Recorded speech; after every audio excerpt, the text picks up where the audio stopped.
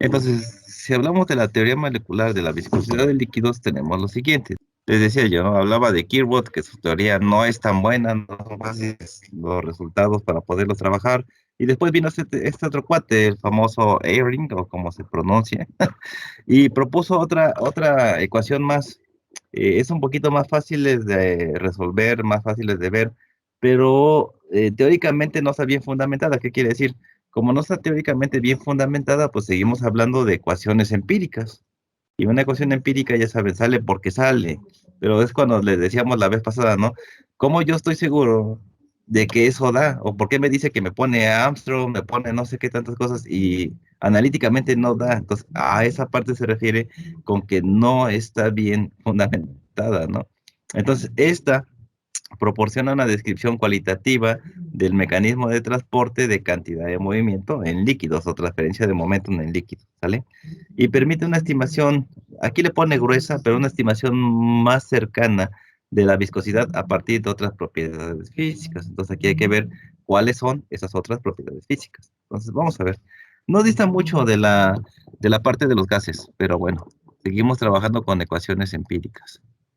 Entonces, analicemos brevemente esta teoría. Dice, en un líquido puro en reposo, o sea que está en estado estacionario, las moléculas individuales están constantemente en movimiento, eso lo sabemos, aunque estén estacionario, pues las moléculas se están rozando unas con otras. No están tan separadas como en el caso de los gases, pero más bien en cambio sí hay movimiento, aunque digamos que están en estado estacionario. Estas moléculas empiezan a moverse unas con otras e incluso llegan a vibrar algunas de ellas, ¿no?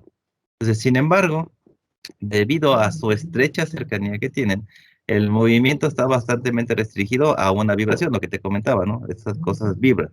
De cada molécula dentro de una caja. Por ahora, pues, próximos. No sé si se acuerdan en estructura y propiedad de los materiales, cuando llegaran a ver los sistemas de los índices de Miller, les llegaban a mostrar estas cajitas de moléculas, ¿no? Les ponían aquí, si hago un corte aquí, si hago un corte acá, obviamente hablaban de sólidos, ¿no? Ese tipo de cosas. Pero más o menos es algo parecido, eso que menciona que es una caja. Hay muchas moléculas, como están muy juntas ellas, no se desplazan tan como los gases que van para arriba y para abajo. Simplemente como que se empiezan a empujar una con otra, empiezan a moverse, y entonces sucede una pequeña vibración entre las moléculas, están vibrando unas con otras, ¿sale? Y esta caja se representa por medio de una barrera de energía de cierta altura. Entonces, lo que tenemos acá es esto, la energía libre de Gibbs entre el número de Avogadro, ¿no? Yo sé, y de repente muchos solo me dicen, profe, pero es que ñ nunca representa el número de Avogadro, pero bueno, no depende de los profes, ¿no? Depende de la literatura que nosotros estamos usando, del libro. En este caso estamos usando el BIRS.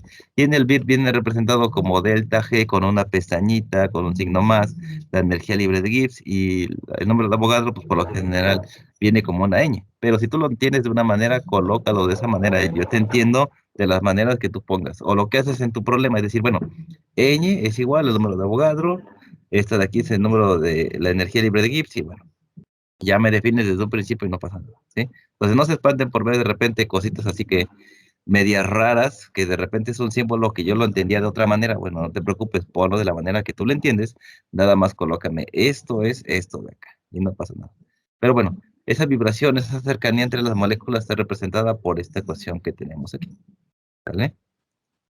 Tenemos el delta G, yo la conozco así, en mis cursos siempre ha sido delta G cero, no importa, pero eso de más y las cejitas está de más, ¿no? Es la energía libre de activación molar para escapar de la caja del fluido estacionario, la energía libre de Gibbs, es así de simple, ¿no? Y también tenemos que N, te decía yo, es el número de Avogadro, ¿no? Por lo general decíamos N normal, el número de Avogadro, pero bueno, como sea el chiste que se entienda, ¿no?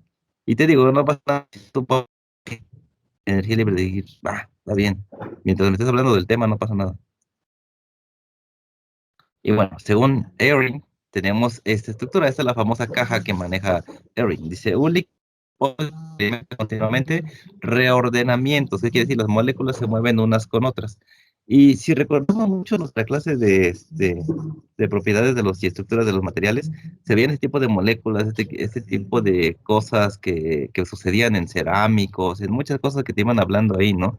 Siempre se forman esos pequeños espacios. Y te comentaba tu maestra o tu profesor, ahorita no recuerdo si es la hermana de Roberto, ahí se me fue el nombre. Bueno, la doctora Flores. te dice, no, pues sabes que aquí está la estructura molecular, se ve de esta forma, y fíjate que aquí se están moviendo. Entonces, cuando hay un espacio, podemos meter un metal en el caso de propiedades de los materiales, no podemos meterle aquí un cobre, le podemos meter no sé qué tanto. Lo mismo sucede en el caso de los líquidos. Se forman esos huecos en las estructuras. Como están vibrando las moléculas, están ahí una con otra vibrando, vibrando. Disculpen que no les haya puesto yo una imagen aquí, me fue difícil estar haciendo los dibujos. Y luego en la parte de PowerPoint es difícil estar haciendo las animaciones, no te quedan luego todas al mismo tiempo. O yo soy medio menso para esto. Pero bueno, prácticamente vibran entre ellas. Cuando están vibrando, se generan esos huecos. Pues como se generan esos huecos, de repente salta una amiga de un lado y dice, ¡ey! Y brinca hacia el otro lado y cae dentro de esos espacios que vemos aquí. Pasa una molécula de cuenta esta de aquí, brinca para acá y se van reacomodando en un lapsus de tiempo, ¿sale? Entonces la frecuencia está dada por la siguiente ecuación de velocidad. Tenemos que V es igual a K por T por H entre el exponencial a la menos la energía libre de Gibbs entre RT. Y esto ya me suena casi casi como la ecuación de Arrhenius en cinética, ¿no? Pero bueno, donde tenemos que K es la constante de Boltzmann, esta de aquí es la constante de Boltzmann, que ya la habíamos visto previamente para los gases. H es la constante de Planck. Y fíjate, en algunos textos, en algunos libros, la constante de Planck se representa con una P mayúscula. Nosotros la vamos a usar en esta parte de viscosidad de líquidos como H.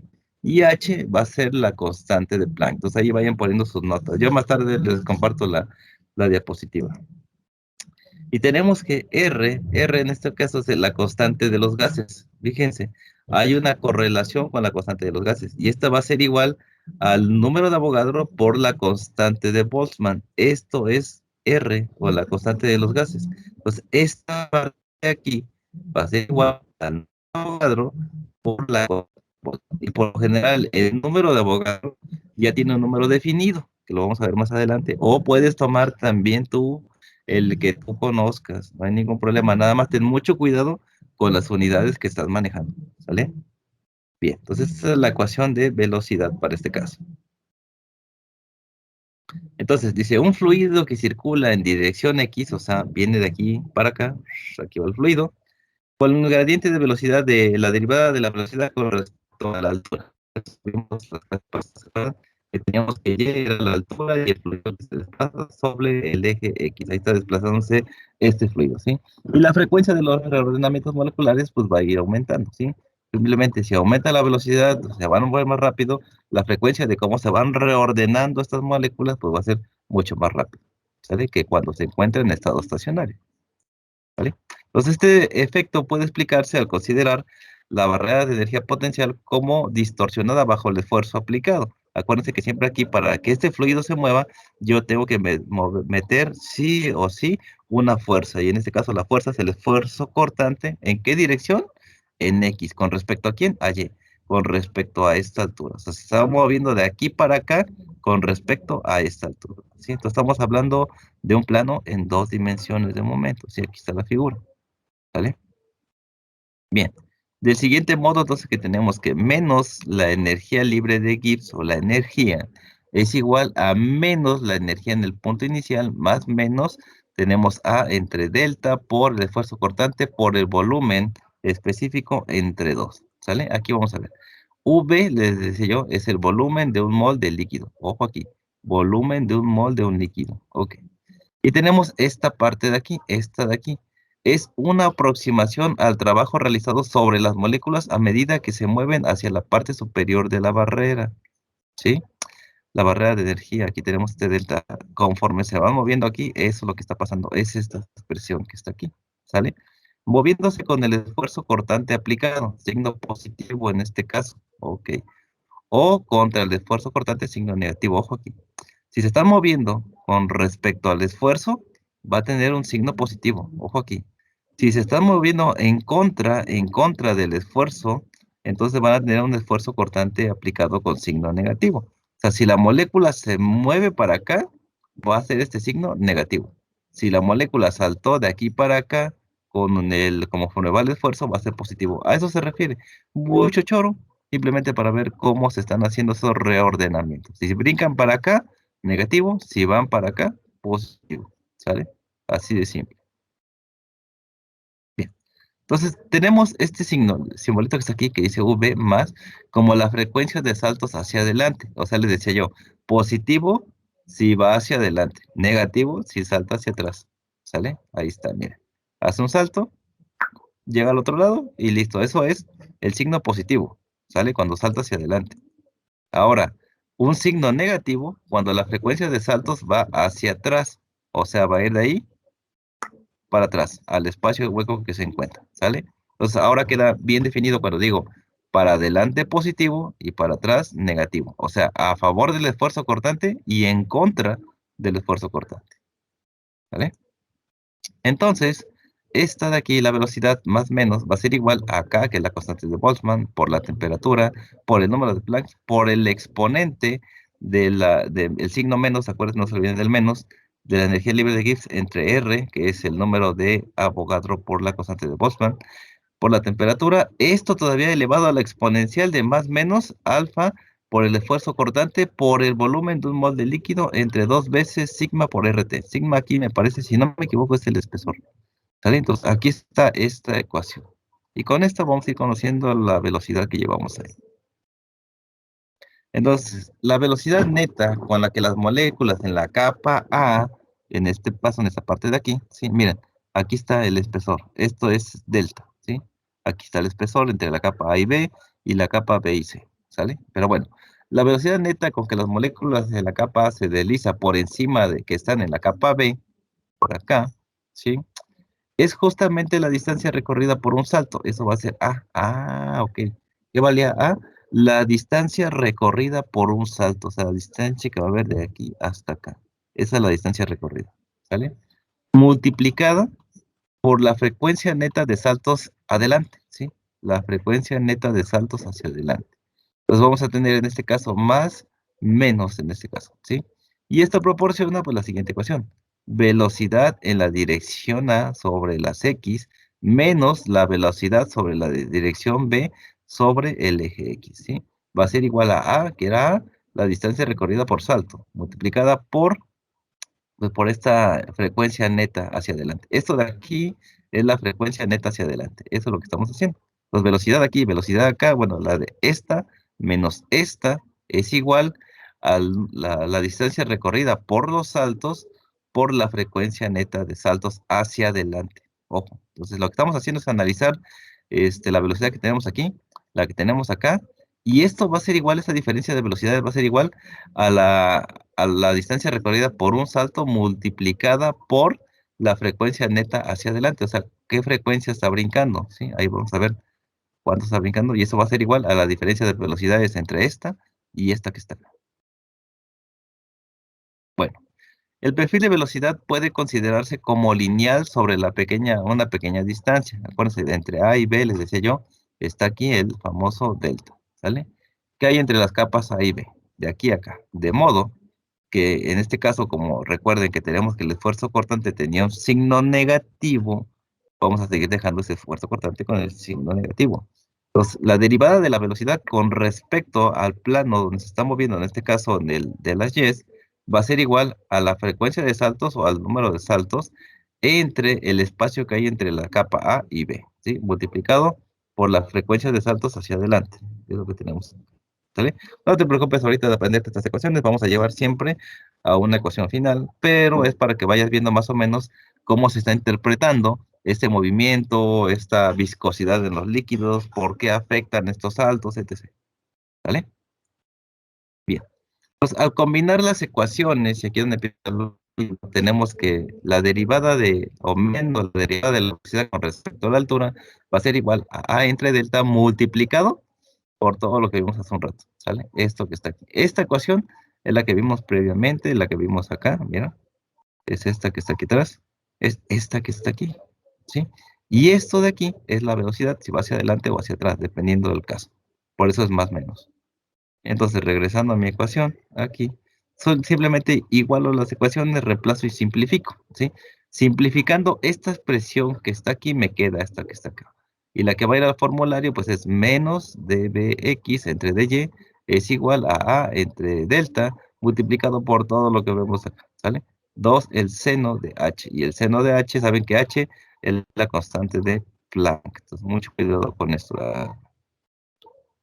Entonces, la ecuación anterior predice una relación no lineal entre el esfuerzo cortante, que es la densidad de flujo de cantidad de movimientos, es el esfuerzo cortante, y el gradiente de velocidad, es decir, el flujo no newtoniano. Entonces decíamos que la ecuación de Newton para la viscosidad era menos mu multiplicado por todo esto de aquí. En este caso no tenemos aquí la viscosidad, simplemente esto es igual a esto de acá. ¿Por qué? Porque es un flujo no newtoniano. ¿Vale? Bien.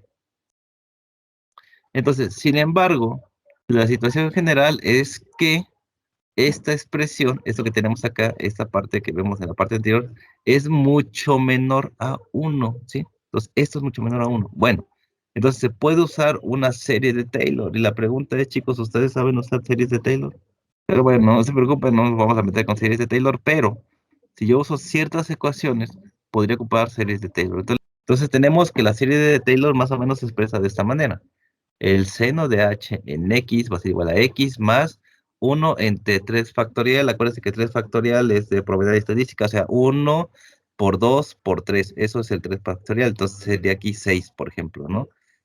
Por x al cubo más 1 factorial, 1, perdón, 1 entre 5 factorial. Y aquí sería 1 por 2 por 3 por 4 por 5, lo que te dé, ese es el 5 factorial, por x a la 5, y así nos vamos para cada uno de los casos, para adelante. Eso es una serie de Taylor. Así es como se resuelve la serie de Taylor. Tampoco es tan complicado, nada más hay que agarrarle el modo, ¿sale?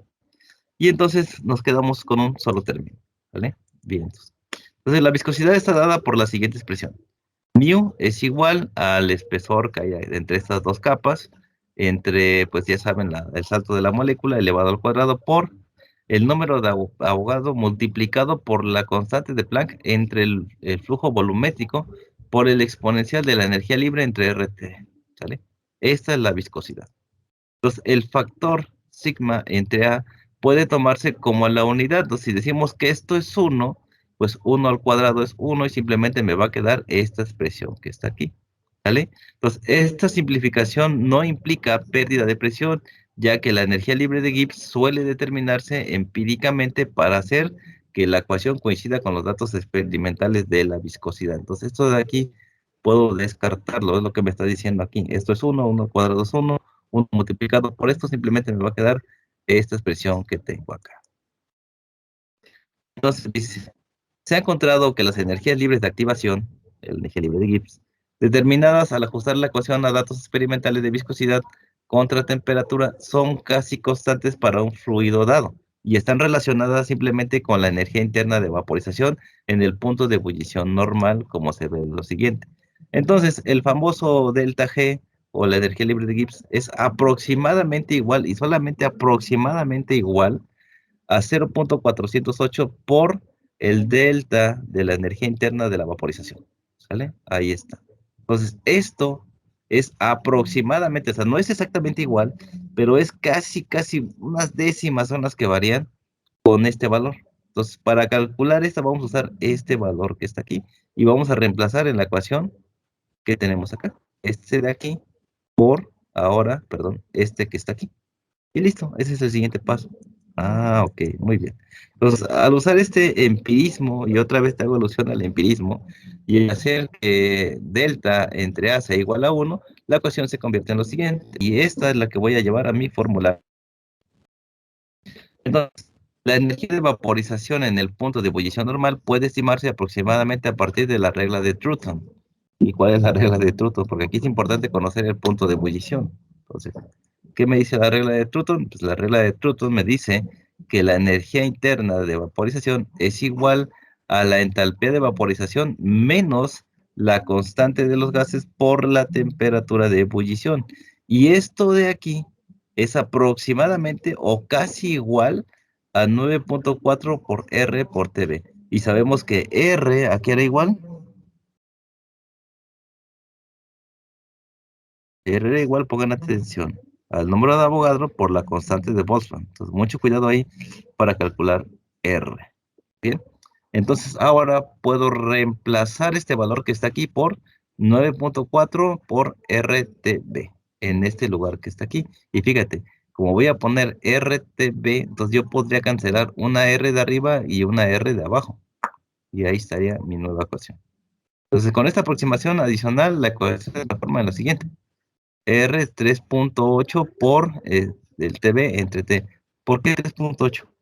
A ver, tengo esta ecuación acá y el profe me dijo que iba a poner lo que es acá 9.4. ¿De dónde salió ese 3.8? Ah, caray. A ver, que es igual. ¿Mm? Ya les expliqué que la R, pues lógicamente reemplazo este valor acá, quito esta R con la R de abajo y me va a quedar solamente la temperatura de ebullición y la temperatura. Pero ¿de dónde salió este 3.8? Un punto al que me diga, ahorita, un punto a la calificación final al que me diga de dónde salió ese 3.8. Profe, Sí, ¿puedes regresar a la diapositiva anterior? sí, Si multiplica ese 9.4 por el punto 408 que tiene arriba, da ese 3.8, ¿no? exacto. Porque aquí, ojo, no estoy reemplazando esta completa, sino esta que está aquí. Entonces, 9.4 por esto que está aquí. Y se transforma ahora en esta ecuación. Entonces, ya tengo dos formas de calcular la viscosidad. Una es esta ecuación que está aquí y la otra es esta ecuación que tenemos aquí. Tenemos dos ecuaciones diferentes para calcular la viscosidad de líquidos y prácticamente eso sería todo para conocer la viscosidad en líquidos. Bueno, vamos a ver, estas son las importantes, ¿eh? No se vayan a perder de esto. Entonces, las ecuaciones coinciden en el largo tiempo usado y aparentemente exitoso empirismo. Te digo, las ecuaciones empíricas salen porque salen. O sea, que ¿cómo llegaste? Y no sé. Yo sé que solamente así sale y sale. Experimentos y sale el resultado. Ok, muy bien. Entonces, finalmente, aquí mira, esta va a ser igual a por el exponencial a B entre T. Este es B, este es T y esto de aquí es A. Es una forma de verla general, ¿sale? Por eso dice que el empirismo funciona perfectamente, ¿no? Entonces ahí está. Tanto esta de aquí, esta es igual a esta, como esta de acá es igual a esta expresión que tenemos acá. Entonces, es lo mismo, el empirismo está muy, muy fregón. Y ustedes pueden hacer ese tipo de cosas, incluso en sus clases o donde sea, siempre y cuando te dé resultado. Que ¿cómo le hiciste? Ah, pero le hice así. Ah, chinga, ¿y cómo te dio? Pues me dio así, simplemente ya está, y me dio la ecuación. Ah, ok. Otra cosa que ustedes pueden hacer para generar ecuaciones empíricas es ver qué unidades tienen. Si yo tengo metros y tengo metros en otro dato y tengo litros y litros en otro dato, yo tengo que ver a qué unidades tengo que llegar. Entonces, si yo tengo que tener un resultado en tales unidades, lo que haces es, ah, mira, estas están en metros, estas están en centímetros, estas están en decímetros. Usas una ecuación para que te dé un valor en base a los datos que tienes y las unidades que tienes. Y con eso puedes hacer aproximaciones empíricas. En el caso de fenómenos de transporte, que de repente se te llegó a olvidar la ecuación, dices, ching, ¿y ahora qué hago? Me acuerdo que me dijeron que era un delta G entre RT y luego era A por E a la B entre B. Ah, pues A era más o menos el número de Avogadro por la constante de Planck. Te vas medio acordando, ya conoces, ya, aquí tengo unidades de tanto, de tanto, de tanto. La viscosidad está por segundo a mi mano y yo tengo que dar ese resultado porque tengo que dar resultado. Entonces, checarlo bien y después, ya que tengas la ecuación, comprobar que sea correcto ese valor, ¿no? Y aquí me dice un poco de teoría. Dice, la teoría, a pesar de ser solo de naturaleza aproximada, proporciona la disminución observada de la viscosidad respecto a la temperatura. Acuérdense que la viscosidad va a importar mucho en líquidos con la temperatura. Si aumenta la temperatura, la viscosidad va a disminuir para líquidos. Para los gases va a aumentar. Entonces, mucho ojo con eso porque podría ser pregunta de examen. Cosas que repito muy seguido, posiblemente vendrían en el examen. Entonces, poner mucha atención. ¿Sale? Pero cuando se usan las ecuaciones es común encontrar un error hasta del 30%. Puede ser 30%, 0.3, es significativo. ¿Sale? Dichas ecuaciones no deben usarse para moléculas delgadas muy largas como C20H42. Ahorita no recuerdo el nombre del compuesto, lo vemos en la siguiente clase. Pero bueno, ese es un ejemplo. Esa molécula, por ejemplo, tiene moléculas delgadas y largas. No podemos ocupar esta ecuación para ese compuesto. ¿Sale? Pues además hay disponibles muchas fórmulas empíricas para predecir la viscosidad de líquidos y mezcla de líquidos. Líquidos, compuestos inorgánicos, en este caso son gas. Mira, tengo para gases inorgánicos, están, para líquidos compuestos orgánicos y líquidos compuestos inorgánicos. Aquí están. Entonces me da un montón de valorcitos ahí, me da valores de A, B y C, haz de cuenta como si fuera la ecuación de Antoine.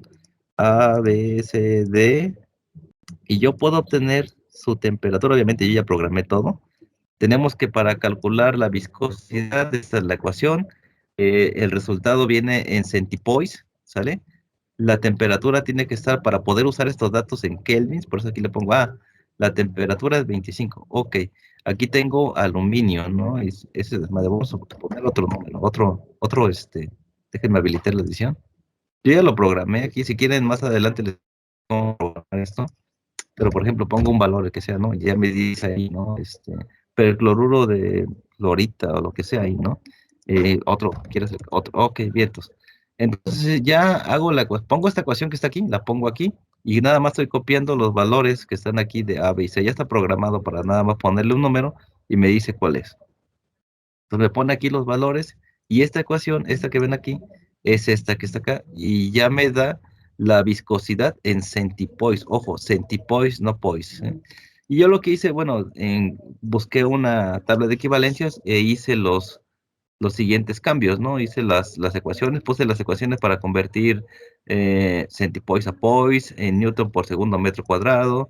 Fui poniendo las ecuaciones correspondientes de las conversiones. Muchas son muy parecidas, entonces no hay ningún problema. Entonces ya con eso le pongo un valor acá y ya me da el valor de la viscosidad. Pues que la quiero a 40 grados. Bueno, 40 grados. Inmediatamente ya mi programa me lo pasa a kelvins y hace el cálculo. Y me va dando todos los cálculos de las unidades que yo necesito. ¿Sí? A veces en el examen hay que hacer las conversiones. Tampoco es difícil, pero me la pueden pedir a lo mejor en estas, a lo mejor en pascal por segundo, a lo mejor en Possible, en milipascales por segundo. Va a depender, ¿no? Y aquí está. Y son todas estas ecuaciones que están aquí. Ya tienen sus tablitas para viscosidad, ya tienen sus tablitas para densidad, entonces no deben tener ningún problema cuando les pidan hacer algún cálculo sobre ello. Incluso para flujo de fluido los podrían ocupar, pero ya es cuestión de ustedes, ¿no? Entonces estaba yo aquí en la presentación, ya hasta me perdí. Les decía yo que solamente se pueden ocupar en esos casos, el error es del 30%, no pasa nada, y no se puede ocupar en moléculas delgadas y muy largas como en este caso.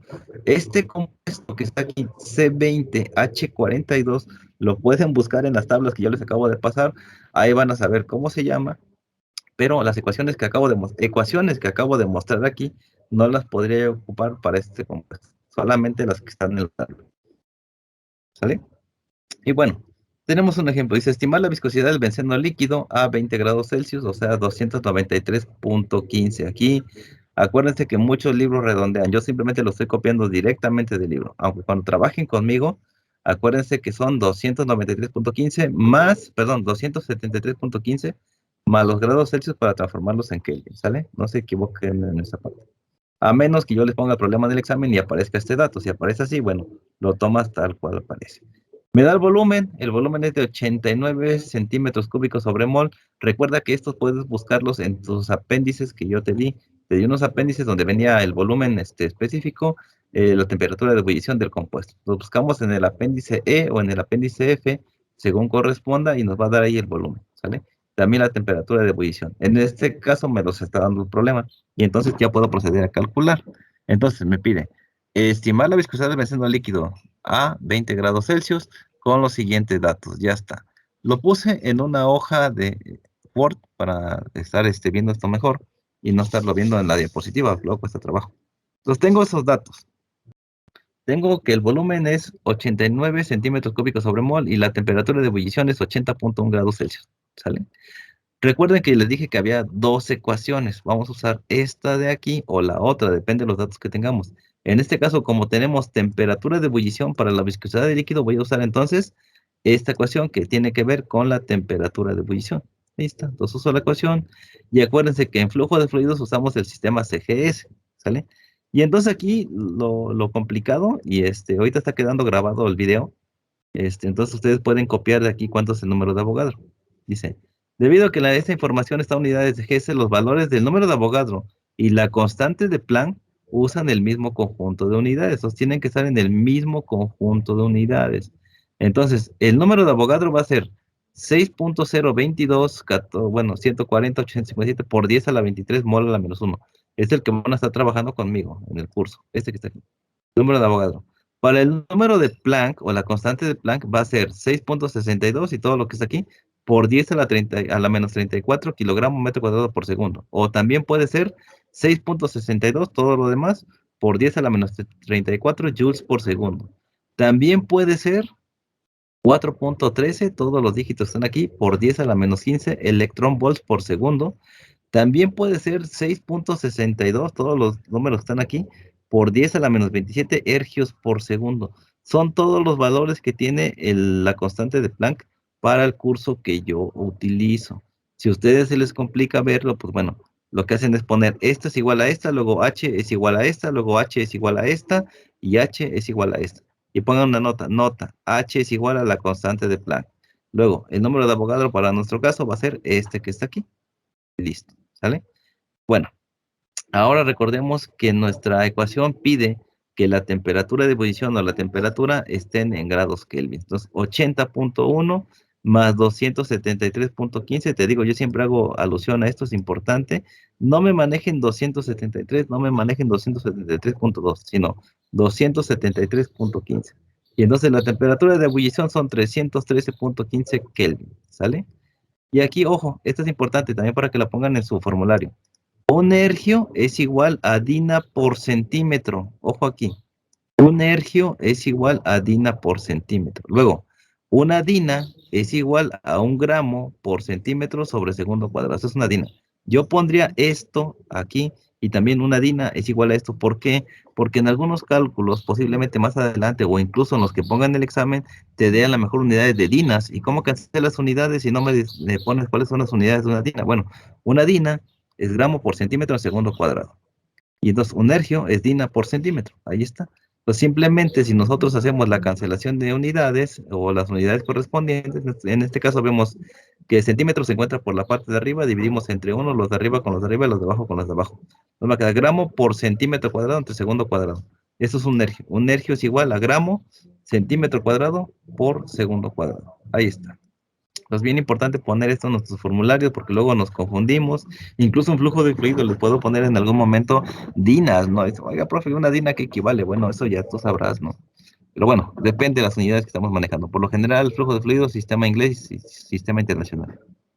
Ya lo único que hacemos es reemplazar los valores. Mira, esta es mi ecuación. Número de Avogadro, tenemos que 6 puntos no sé qué, todo lo que está aquí, ¿no? Multiplicado por la constante de Planck. La constante de Planck aquí en gramos centímetros por segundo. ¿Por qué? Porque aquí tengo centímetros y tengo todo lo demás. Por eso lo estoy usando en gramos. Entonces ahí está, pongo mis constantes. Abajo, ¿qué va? El volumen. Ah, el volumen es 89, ¿no? Ahí está. Volumen. ¿Sí? 89. Aquí está.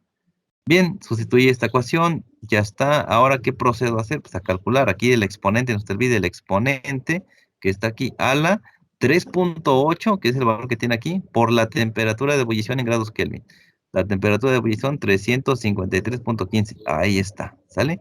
Y este valor me lo dio el problema, que es prácticamente 25 grados Celsius, ¿sí? Aquí si lo hicieras a mis datos, aquí tendría que ser 293.15, ¿sale? Es la única diferencia. Y entonces ya tenemos toda la expresión representada. ¿Qué vamos a hacer aquí? Realizar las multiplicaciones correspondientes. Acuérdate que este se encuentra en la parte de abajo. Como dice, mol a la menos 1 es 1 entre mol, o sea, se encuentra en la parte de abajo, ¿sale? Pues ahí está. Sí, dime. ¿No hay preguntas? Ok, muy bien. Pues lo único que hacemos es multiplicar. Multiplicamos esto con esto, dividimos entre esto y me da esto que está aquí. Como te dije que este se encuentra en la parte de abajo, entonces los de arriba con los de arriba me queda gramo por centímetro cuadrado y los de abajo con los de abajo me queda mol por segundo. Ahí está. Y abajo tengo centímetro cúbico por mol. Lo hago así, te lo resuelvo así para que no tengas problemas con las unidades, porque a muchos les cuesta mucho trabajo esta parte de las unidades.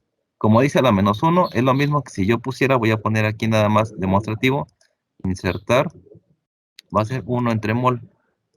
1 entre mol. Eso es mol a la menos 1. Entonces, te decía yo, los de arriba con los de arriba y los de abajo con los de abajo en las unidades. Y me queda gramo por centímetro cuadrado entre mol por segundo. Es lo que queda en la parte de arriba. Entonces, por eso es que quedó así. Y entonces aplicamos regla de sándwich aquí para poder definir las unidades. Y sin olvidar que aquí los kelvins con los kelvins se eliminan. Por este, se multiplican y se dividen entre este y me da 4.57 y todos los decimales que tengo acá. ¿Sale? Entonces ya tengo esta parte de aquí, que es esta de acá, y esta parte que es esta de acá. Ahora, hago un análisis de unidades.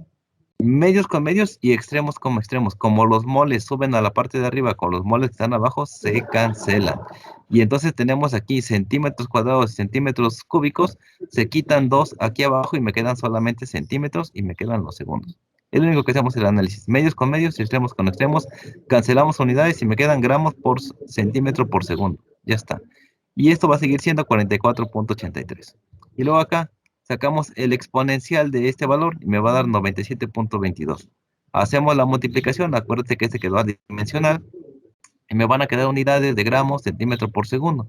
Multiplico este por este y tengo 4.3588 por 10 a la menos 3 poas, o pois, como ustedes le quieran decir. ¿Sale?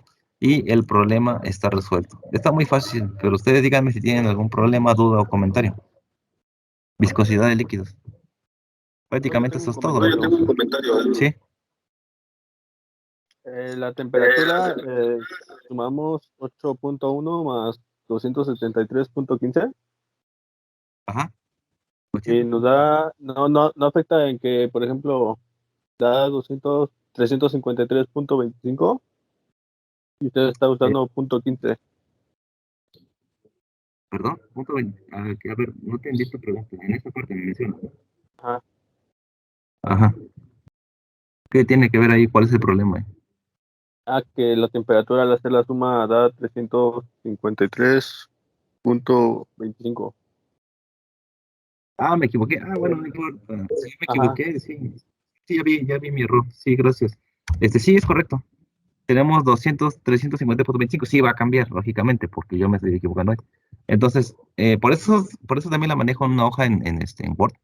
Si yo me equivoqué, entonces aquí va a ser 325. Y sí, va a cambiar el valor. Muy poquito, pero va a cambiar el valor, lógicamente. ¿Sí? Va a ser muy mínimo. Aún así vamos a tener como 4.36, 4.33 por 10 a la menos 3. Pues sí cambia, pero sí tiene razón. Sí es importante ver esos pequeños detalles. Sí, son décimas, pero sí cuentan. Entonces sí va a cambiar el valor. Muy poquito aquí. Lo podríamos volver a recalcular si ustedes quieren o lo dejamos así y lo calculamos. Pero si no, pues me pueden apoyar. A ver, ¿cuánto daría aquí entonces? Es el único valor que cambia. Pueden decir cuánto da ahí. Me va a dar 4 puntos ya. Dividen, bueno, multiplican 3.8 por 353.25 y luego lo dividen entre 293.2. Y me dicen cuánto les da. Nada más denle 4 decimales, no pasa nada.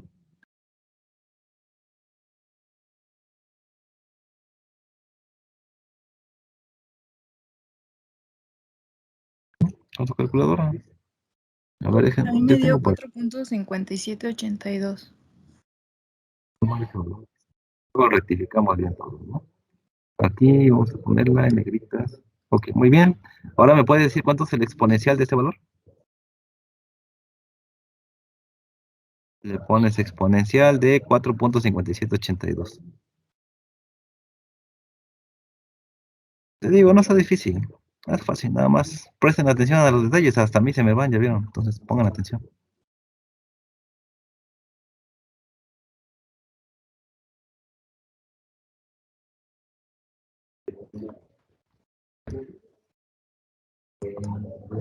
Yo tengo mi Casio aquí por si hay alguna bronca.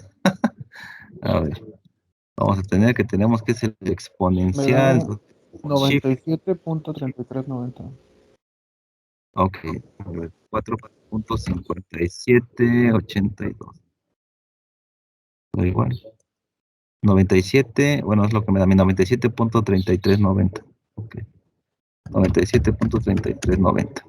Y luego ese de ahí lo vamos a multiplicar por 44.8349 exponente a la menos 6.